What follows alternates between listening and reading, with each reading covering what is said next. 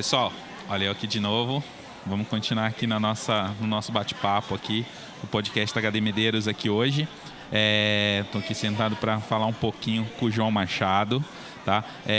Ele deu uma palestra aqui no Contaf também e trouxe essa filosofia dele da cerâmica, e a gente vai conhecer um pouquinho do trabalho dele, trocar uma ideia aqui, aquele bate-papo tranquilo. E já tô curioso, um monte de coisa aqui do trabalho dele aqui, que me empolgou pra caramba. Então a gente vai fazer... João, obrigado, cara. Legal de estar aqui, podendo bater esse papo com você. E essa troca de encontrar pessoas e conhecer histórias. Tô adorando isso aqui, cara. Obrigado mesmo, viu? Obrigado por você estar aqui. Obrigado, César, pelo convite, pela oportunidade de falar um pouco do meu trabalho. É um prazer para mim estar aqui no Contaf. É um lugar que eu conheço e frequento há muitos anos. O Caio e o Nelson, que me convidaram, são pessoas que eu admiro muito, são amigos queridos e pessoas que foram fundamentais no meu caminhar do processo cerâmico. É isso que eu queria entender um pouquinho dessa sua história na cerâmica. Quando que você começou, como é que surgiu na sua vida e que rumo que ela está te levando hoje? A cerâmica surgiu na minha vida graças à minha santa mãe, que quando eu era muito criança nunca deixou faltar argila, barro. Olha. Então eu sempre tive esse lugar do manusear com as mãos, da cerâmica, de fazer bonecos, fazer bichos, criaturas. Mas depois eu fui estudar cinema, sou formado em cinema. Olha que incrível. E depois caí de cabeça no mundo das artes mesmo, da arte contemporânea, fazendo videoinstalações e trabalhando com esculturas, mas a cerâmica ficou dormente. E há mais ou menos uns 20 anos atrás, eu estava morando na Europa, trabalhando lá, com uma vida super estruturada, e eu recebi uma espécie de um chamado, assim, uma necessidade que eu não consigo explicar de onde veio, um chamado mesmo de ir para a terra, de conhecer processos naturais, de conhecer como regenerar solo, conhecer como trabalhar com micélios, com a terra, com plantação orgânica, com agrofloresta, uma coisa que não tinha absolutamente nada a ver com, a princípio. Sim. Eu achava, com o meu caminhar artístico, era uma coisa outra. E eu escutei esse chamado, me mudei para Minas Gerais, encontrei um canto lá, que foi o que o meu dinheiro podia pagar, porque era um lugar que eu podia comprar uma terra maiorzinha, assim, relativamente perto do Rio e São Paulo. E fiz uma espécie de autoexílio ali, uma espécie de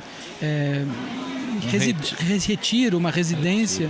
E comecei a estudar de forma autodidata mesmo, tentativa e erro, tentar entender sobre processos naturais, sobre plantas, conversar com os vizinhos, com aquele senhorzinho lá do mato que conhece, aprender esses saberes ancestrais, essa coisa toda, beber nessa fonte maravilhosa, né, que é esse universo rural, com tantos conhecimentos, com tantas coisas para oferecer.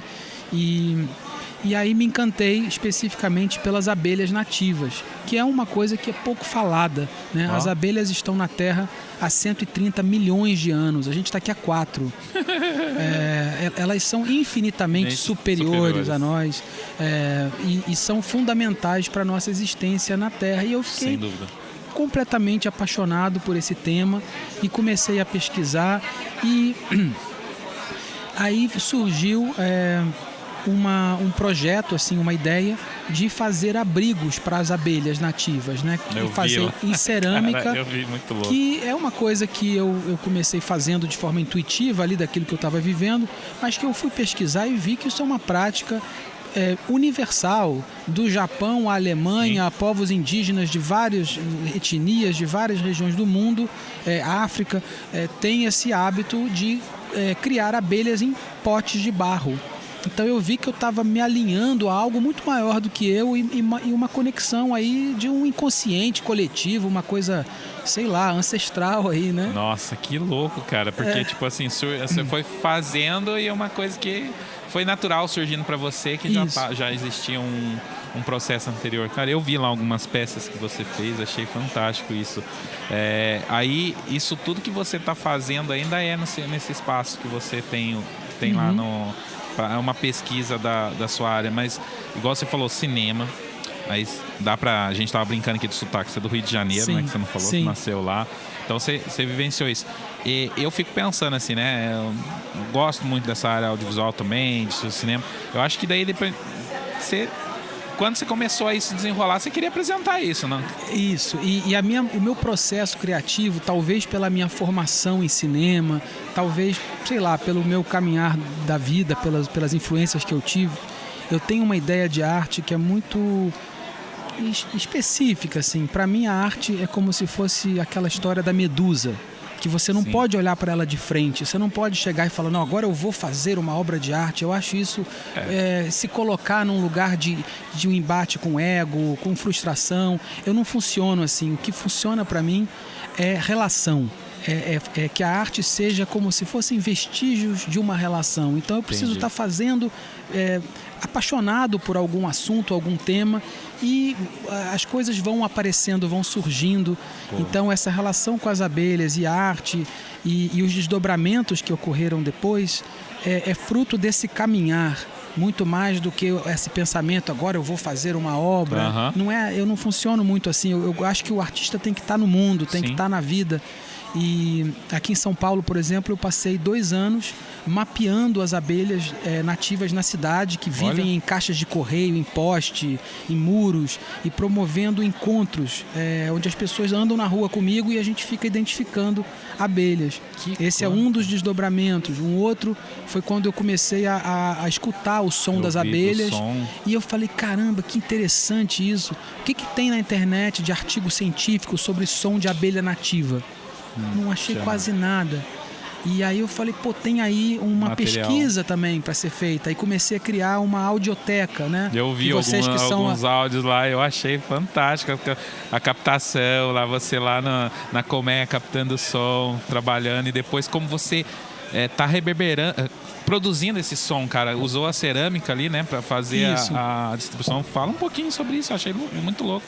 Começou com esse processo dessa audioteca, né, que foi fazer esse arquivo desses sons para que as pessoas possam estudar antes que seja tarde demais, porque esses bichos estão ameaçados, né, como todos nós estamos junto com as abelhas. O Albert Einstein falou uma frase que se as abelhas sumirem da Terra, a gente duraria mais ou menos 2 anos. Então a gente depende totalmente delas. E aí eu comecei a catalogar esse material, e aí surgiu a ideia de, e se fizer música? Será que dá para fazer música com esse som? Né? Além desse trabalho mais científico de catalogação e tal. E comecei a chamar amigos e mexer com sintetizadores e pedais de efeito e trabalhar o som das abelhas como um ponto de partida para criar outros sons. E aí isso virou uma experiência sonora chamada Zumbido, que eu faço junto com 2 amigos, o Rodrigo Neto e Daniel Magnani. São 2 amigos que participam comigo desse coletivo, e a gente faz apresentações, reúne pessoas e apresenta esse som meio uma viagem. Assim, eu vi, cara, são 20 minutos de uma experiência sonora. Que e legal, aí, como criar esse som, né? Como transformar esse som sem ser um alto-falante. Então a gente começou a pensar em como fazer esculturas que sejam caixas de som. E essas esculturas, eu vi lá que você tinha algumas coisas do processo. Aí já entra a parte ceramista sua dentro desse processo para criação ali. Como que... Me fala um pouquinho sobre essa questão da cerâmica. Como que você desenvolve hoje? Como que você trabalha ela? Porque como ceramista, eu sou muito curioso nessa parte aí. Como é que você faz aquela questão da queima, do processo? Porque são peças bem diferentes, né? Tem que ter um quesito. Igual ontem a gente estava falando sobre o violino que ele trouxe aqui, né? Que ele experimentou no Grés, aí teve um resultado. Aí ele teve a certeza que tem que ser na porcelana, porque é um resultado para o violino. Os outros instrumentos ele consegue. Fala um pouquinho para mim sobre essa questão da cerâmica para você. Para as arquiteturas que abrigam abelhas, foi um processo aí de uns 15 anos mesmo dedicado a isso, para entender espessura do barro, tipo do barro, temperatura de queima, tamanho, a litragem, né? Sim. Porque cada abelha... A gente tem a maior biodiversidade de abelhas do mundo. O Brasil tem mais de 3.000. Putz. A gente só conhece uma abelha que não é daqui, que é aquela que pica. Essa abelha não é nossa. Aquela que a gente fala africana? Isso, não, né? ela na verdade chegou da Europa em 1850, pela Igreja Católica, por um padre português, exatamente em 1850, 100 enxames chegaram no Brasil, no Rio de Janeiro, pela Igreja Católica para a produção de velas. Não era nem para mel, mel era um subproduto, era a cera que interessava para a igreja. Pô. E desde então, essas abelhas se tornaram completamente invasivas, né? Invasoras do nosso ecossistema, e é uma baita ameaça, né? Então, a gente tem muitas abelhas, né? Para voltar à sua pergunta, tem abelhas que são... caberiam 4 na ponta de uma cabeça de um fósforo. Caberiam 4, de tão pequenininha. E tem a mamangava, que é um bichão grande, peludo. Eu lembro do meu tempo de interior. Que todo mundo tem medo, que é inclusive o único polinizador do maracujá. Sem mamangava não tem maracujá. Você vai tentar polinizar aquilo na mão, tá perdido. Oh. Então, é um mundo muito curioso. E para fazer em cerâmica os abrigos para elas, precisa que cada abelha tenha as suas necessidades atendidas. Umidade, temperatura, tudo isso, né? E o processo da queima são 2 processos, né? O primeiro eu faço ela em biscoito, né? A escultura, a casa, e depois tem uma queima, que é uma queima de chão, que é um processo que eu estou mais recente, isso tem uns 2 anos que eu estou pesquisando, que eu estou completamente apaixonado, porque junta com esse meu lado mais botânico das plantas e das podas do jardim onde eu moro, e pesquisar, porque o meu trabalho ele tem essa ligação interespécie, que é você conseguir se relacionar com outras formas de vida. E quando eu digo outras formas de vida, não só as abelhas, mas o fogo também é um espírito ali, uma forma de vida, uma forma natural. Argila, como se relacionar, né? Então, essas queimas permitem que o fogo possa agir sobre a peça e também ali cocriar junto, né? Então, eu acho que o lugar que me interessa como artista é, na verdade, criar um pouco como no cinema, né? Você cria a cena, traz os atores e aí deixa acontecer. Transforma. Eu fiquei vendo lá as casinhas, coisa assim. Me pergunto, por exemplo, lógico, ela vai ter um ciclo ali de uso, pode ser que tenha coisa assim da abelha, mas pode ter um momento que ela vai sair, desocupar. Ela gera uma obra de arte ali, porque vai ter todo o ecossistema da abelha que viveu lá dentro, né? Você preserva isso, você usa isso, assim, eu ia falar uma coisa mais comercial, tipo assim... As peças depois você comercializa, você vende, você expõe, você faz alguma coisa assim? Como é que gera o resultado depois das peças? Sim, eu trabalho com muitos colecionadores de arte. Aqui em São Paulo eu tenho obras em alguns espaços de arte aqui, em coleções particulares. É um trabalho de arte que eu tento, na verdade, o meu plano secreto, eu vou te confessar um segredo aqui. É segredo. Na verdade, eu uso a arte como uma espécie de essas casas de abelha, como se fosse um cavalo de Troia. Entendi. Então eu quero transformar esses colecionadores de arte e apreciadores em meliponicultores, em criadores de abelha. Olha aí. Então eu sem avisá-los, eu estou criando criadores de abelhas. Tá vendo, gente? Você comprou a arte dele, pode ser que tenha uma abelha ali proliferando ali dentro, ela tá lá. Com certeza. Habitando lá dentro, daqui a pouco ela vai ocupar o espaço dela, brincadeira. E a abelha mais importante que tem que estar nesse enxame é que consiga estar dentro do coração. É colocar uma abelha dentro do coração dessa pessoa, que a princípio está se relacionando com uma obra de arte, mas que isso vai ser uma ponte para ela se conectar com uma coisa da natureza. Total. É isso aí. Não, cara, eu acho que é uma coisa muito interessante da gente pensar exatamente nisso, né? Que a gente depende delas, né? e a gente não trata elas com o devido respeito que a gente deveria tratar, né? Eu já vi muito cinema, muito retratando sobre isso, né? Desaparecimento das abelhas, o fim da humanidade. Eu acho que é muito legal essa ideia de você tentar mostrar esse aspecto para as pessoas e tentar começar a criar, né, cara? Muito legal, cara. Muito bom. Como é que a gente tá? Não, então. Aí, olha só, eu sei que aqui o tempo é curto e tem um monte de coisa que dá pra mostrar. Eu tava ali fuçando no seu Instagram, as coisas assim.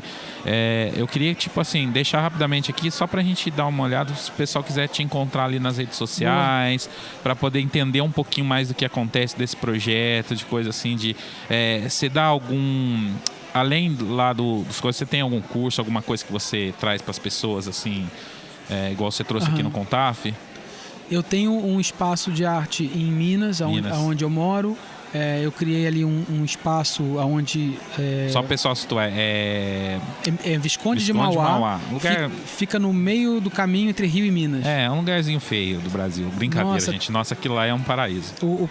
A reserva natural mais antiga do Brasil está lá, que é o Parque de Itatiaia. Muitas florestas, muitas cachoeiras. É um paraíso. Lá foi o primeiro lugar que eu comecei em Itatiaia a dar aula de cerâmica na minha vida. Adorei. Que legal. Conhecer o Véu das Noivas lá. Sim. Então você Mas conhece. Legal, sim. Que bom. E então, eu de vez em quando eu promovo atividades lá, mas a melhor maneira de entrar em contato comigo é pelo Instagram. Que é @João Machado Arte, com E no final. João Machado Arte. Isso. Facinho de achar ele. João Machado Arte, com um E no final. Vocês entram lá, você consegue achar o Instagram dele. É isso, cara. Beleza. Obrigado, viu? Prazer. O tempo é curto aqui, mas é muito bom de ver essas histórias, cara. Eu acho que, eu repito sempre, esse congresso é incrível por isso, por encontrar pessoas com propósitos dentro da cerâmica, de coisas tão diferentes. Eu acho que a transformação da cerâmica nossa vai ser esse caminho, né? De a gente achar coisas...